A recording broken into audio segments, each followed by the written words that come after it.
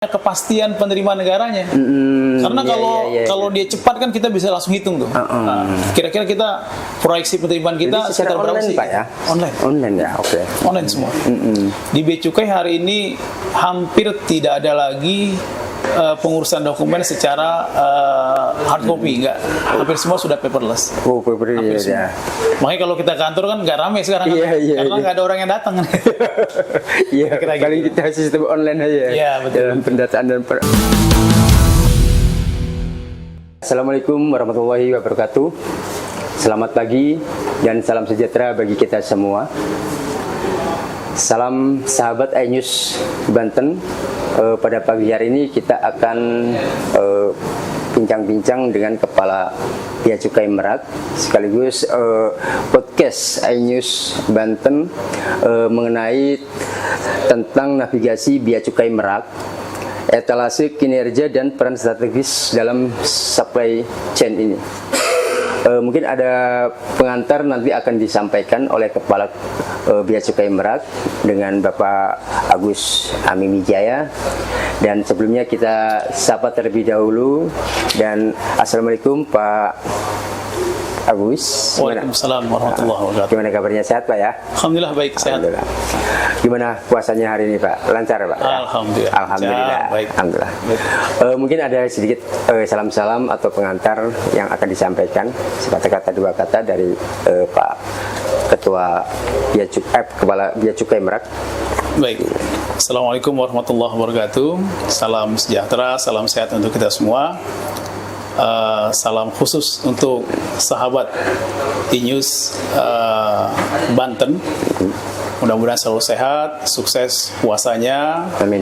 Dan kemudian juga kita sama-sama mendapatkan hadiah fitrah atau Amin. fitri Amin. pada akhir Ramadan nanti.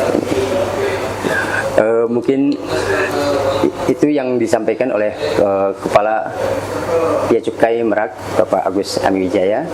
Dan kebetulan beliau baru berapa bulan Pak hari ini Pak? Ada setahun ya? Belum 8 bulan. Oh, 8 bulan ya. Oke. Inilah sahabat iNews Banten.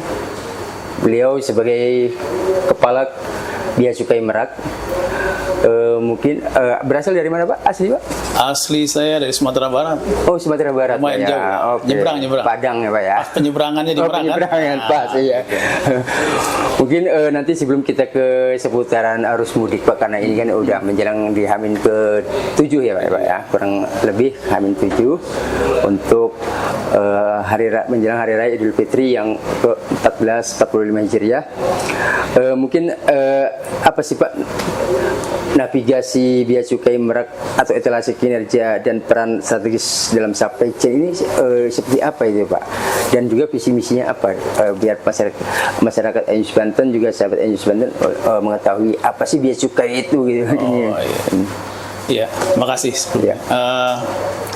Pertama ini kebahagiaan nih bagi Bea Cukai Merak diberikan kesempatan untuk menjelaskan kepada masyarakat terkait dengan peran strategis Bea Cukai khususnya di Merak. Nah, jadi kalau di Provinsi Banten ini ada 2 kantor pelayanan, satu di Merak, satu di Tangerang.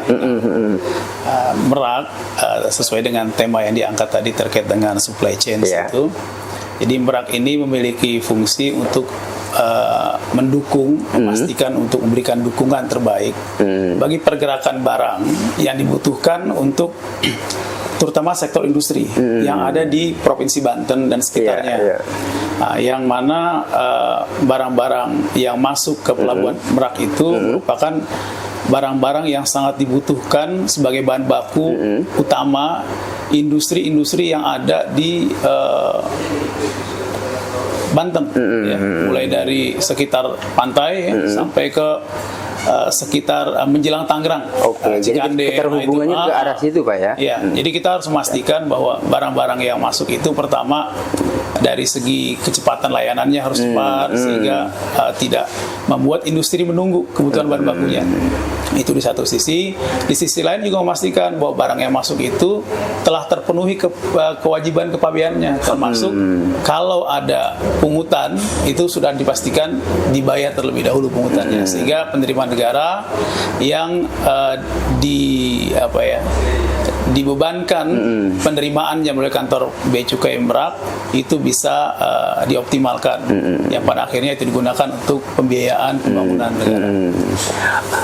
Mungkin selanjutnya ini kan ada NLE Pak ya, National Logistik Ecosystem. Nah ini menarik nih untuk para pemirsa News Banten, khususnya masyarakat Banten. Untuk apa sih Bea Cukai ada navigasi terkait NLE ini? Mungkin bisa dijelaskan Pak? Ya, NLE ini sebenarnya sebuah skema ya, skema yang digagas oleh pemerintah untuk secara bersama-sama yang melibatkan instansi pemerintah yang ada di pelabuhan, kemudian para pengguna jasa. Jadi kalau di pelabuhan itu ada Bea Cukai, ada KSOP, ada karantina, ada imigrasi dan sebagainya. Nah, kemudian bersama-sama dengan sektor swasta, baik pelayarannya, pergudangannya, pengangkutannya. Nah, itu secara bersama-sama mencoba mendesain sebuah mekanisme, sebuah sistem yang dibangun bersama untuk memastikan pergerakan barang mulai dari sampai di pelabuhan, kemudian masuk ke tempat penimbunan di pelabuhan, lalu keluar pengangkutannya seperti apa sampai ke gudang, ke gudang milik pengusaha, itu berjalan dengan baik, cepat ya, dan mudah-mudahan juga tertib gitu, karena kan ada penggunaan jalan umum ya, nggak cuma kita aja tuh, nggak cuma truk aja, ada juga jalan umum kan. Nah, sehingga dengan cara seperti itu diharapkan pergerakan barang yang mayoritasnya adalah bahan baku dan juga ada beberapa bahan pokok di sini, kayak beras di sini juga ada masuk, itu bisa terdistribusi secara cepat, aman dan tepat waktu lah. Regulasi ini ya untuk efisien dan layanan primanya seperti apa itu Pak? Dan jadi dilibatkan dalam unsur apa aja? Jadi NLE ini diawali dulu dengan impres ya, instruksi presiden.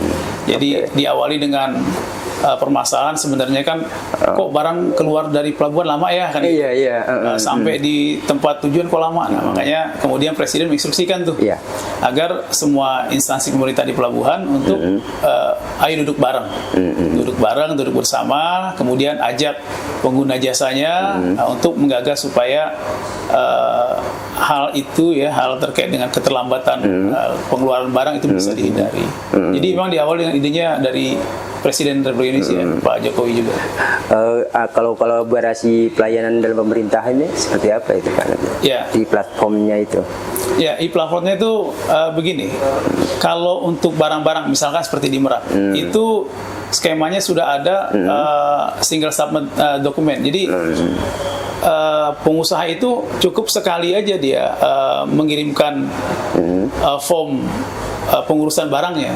Nanti secara IT itu langsung masuk ke jalurnya masing-masing tuh. Ada yang ke Bea Cukai, ada yang ke karantina, sehingga tidak terjadi pengulangan. Jangan sampai barang begitu masuk ngurus ke karantina dulu, ngurus ke Bea Cukai dulu, ngurus ke sini dulu. Kan waktunya lama tuh kalau seperti itu. Nah, sekarang cukup sekali masukin ke platform itu, maka IT secara elektronik dia akan tersebar ke instansi pemerintah yang terkait. Sehingga itu bisa memangkas waktu pengurusan dokumen impor, pengurusan barang dengan jauh lebih cepat. Selanjutnya mungkin terkait ini ya Pak, penataan ruang logistiknya atau kolaborasi layanan pemerintahnya. Iya, kita juga punya pemeriksaan bersama dengan karantina. Jadi kalau ada barang yang mengharuskan dalam pemeriksaan fisik, maka dilakukan bersama nanti antar Bea Cukai dan karantina untuk barang-barang yang kena tindakan karantina. Nah, jadi dengan cara seperti itu, jadi itu yang ilegal Pak ya? Jadi barang-barang tuh meriksanya supaya apa? Supaya tidak dua kali periksa. Jadi Bea Cukai sudah periksa, habis itu karantina periksa lagi. Padahal barangnya sama kan gitu. Akhirnya lambat kan, karena barang kan jumlahnya besar biasanya. Dengan sekali periksa itu bersama-sama periksa, maka barang bisa cepat keluar.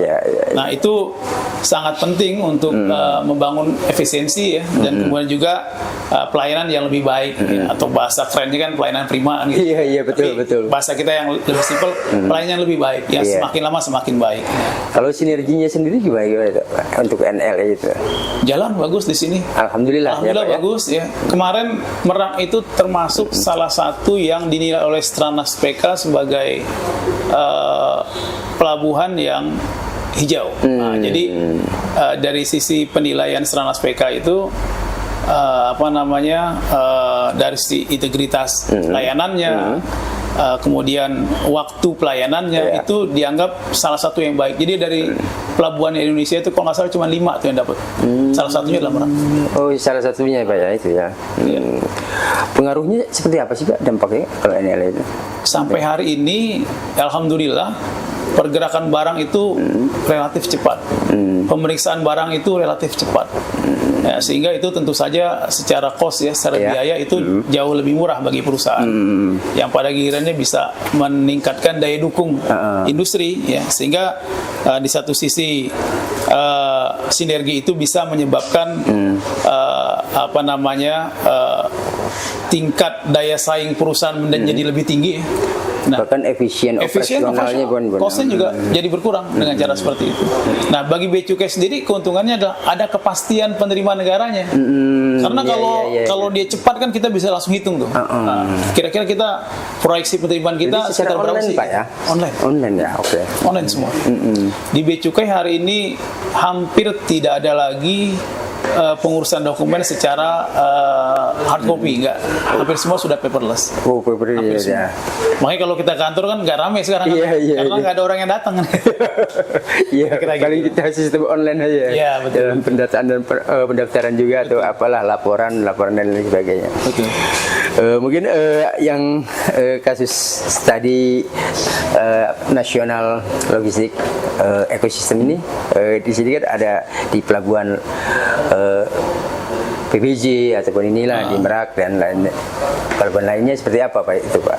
Memang diawali sebenarnya untuk NLA kan di Batam ya. Batam itu yang diuji cobakan, kemudian sudah diuji cobakan di ini ya. Batam dulu sebelum dikembangkan secara nasional tuh Batam diuji cobakan. Nah, sudah itu beberapa pelabuhan ditunjuk untuk mandatori untuk melaksanakan sistem itu, salah satunya Merak.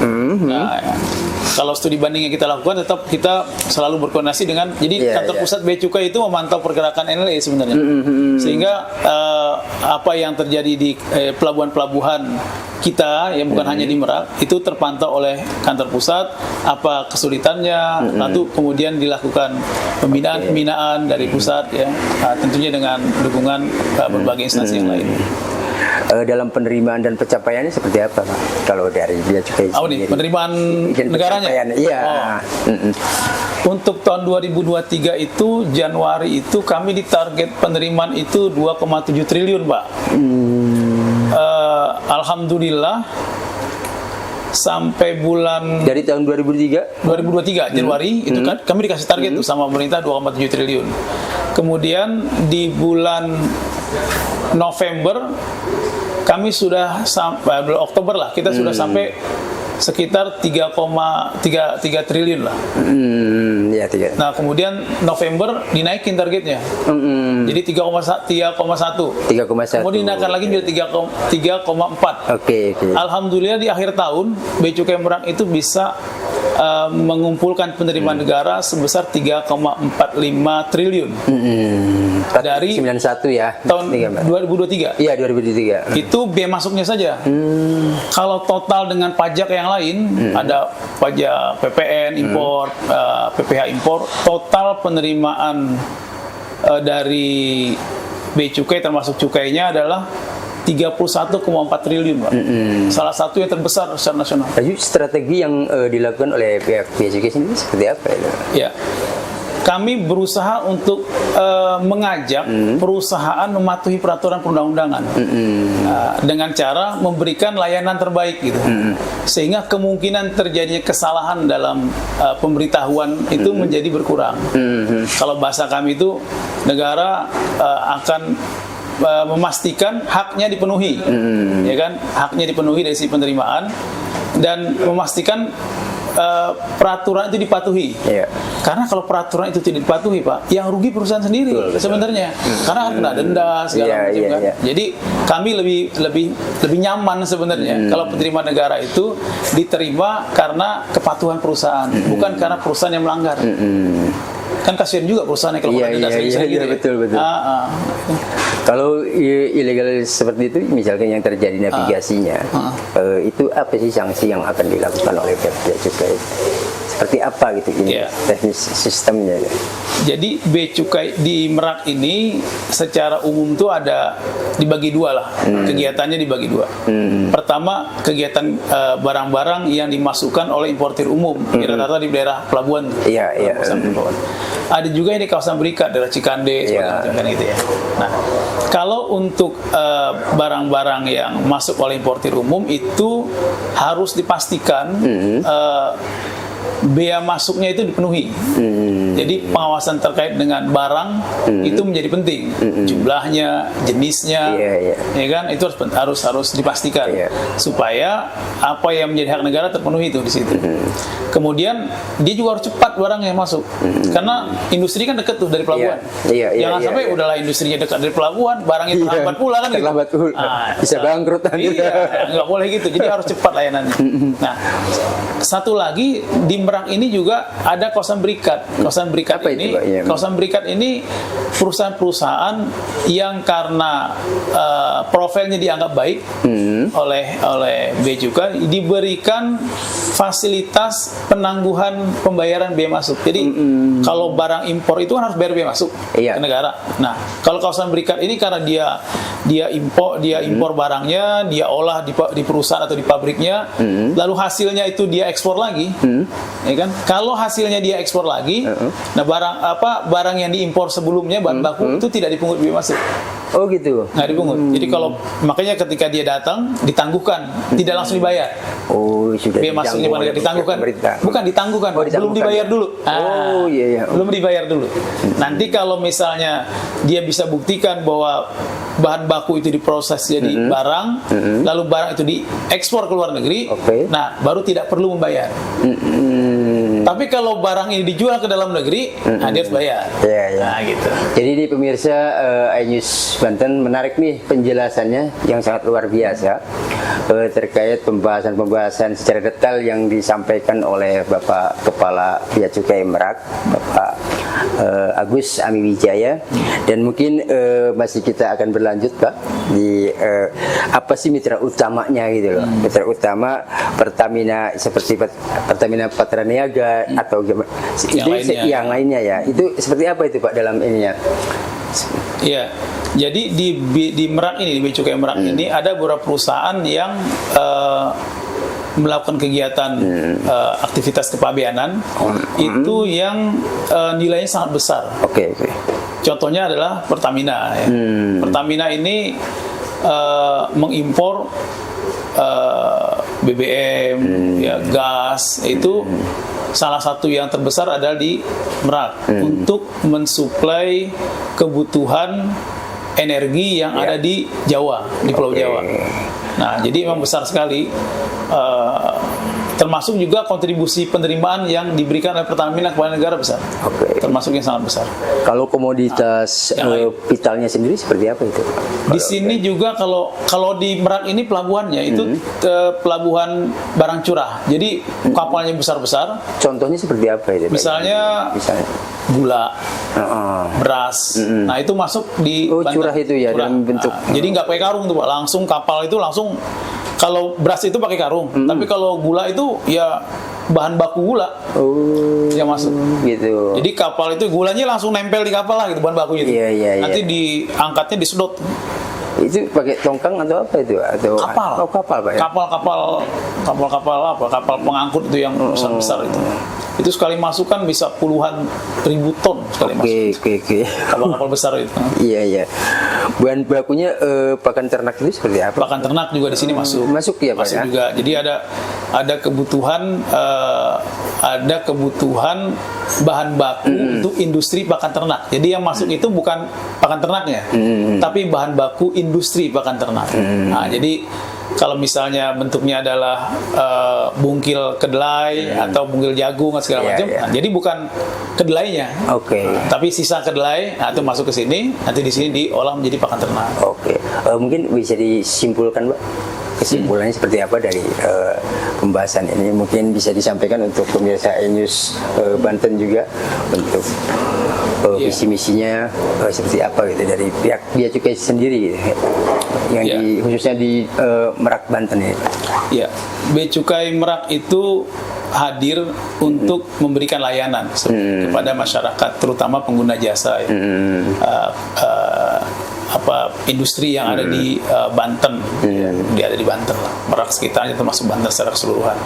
Nah, kita berharap kehadiran kita bisa diterima dengan baik, memberikan kontribusi, memberikan manfaat kepada industri yang ada. Kemudian kami juga mohon diberikan dukungan, karena kebetulan KBBC Merak ini juga sedang dalam proses untuk mendapatkan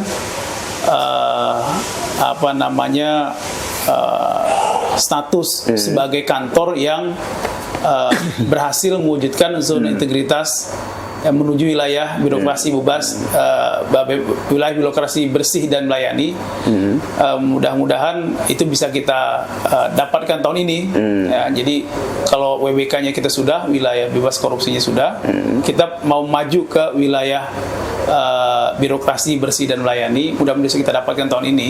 Dan karena itu kami mohon dukungan untuk terutama para pengguna jasa kepabeanan yang ada di Merak untuk bantu kami dengan tidak mendekatkan kami kepada tindakan-tindakan yang tidak baik, tidak benar, ya, terutama terkait dengan integritas, misalnya korupsi, gratifikasi dan sebagainya.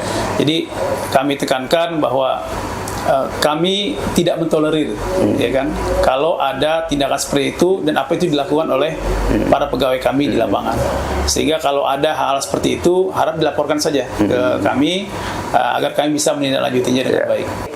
Pemirsa E-News Banten dan atau sahabat podcast E-News Banten, dan alhamdulillah pada pagi hari ini kita sudah berbincang-bincang mengupas tuntas tentang penjelasan navigasi NLE dan Merak, Bea Cukai Merak ini, dan alhamdulillah kita sudah dipaparkan dengan secara jelas dan detail oleh Bapak Kepala Bea Cukai Merak Banten, yaitu Bapak Agus Amiwijaya.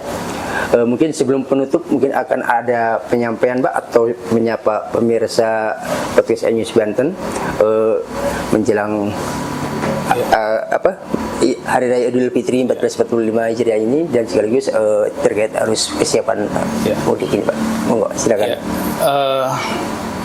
Kami dari kantor Bea Cukai Merak mengucapkan selamat Hari Raya Idul Fitri untuk semua sahabat E-News Banten. Semoga sukses puasanya. Kemudian selamat menikmati Idul Fitri.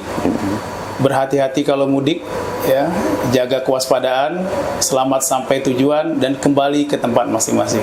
Saya pikir demikian. Terima kasih. Baik pemirsa E-News Banten, alhamdulillah kita sudah berbincang-bincang dan kita sudah memahami betul apa yang telah dijelaskan oleh Kepala Bea Cukai Merak, khususnya untuk masyarakat Banten seluruh Indonesia, yang pada saat ini yang sudah disampaikan oleh Kepala Bea Cukai Merak Banten ini. Dan baik pemirsa, kami juga mengucapkan selamat kepada seluruh masyarakat Indonesia, dan berhati-hati juga dalam mudik, dan mohon maaf lahir batin.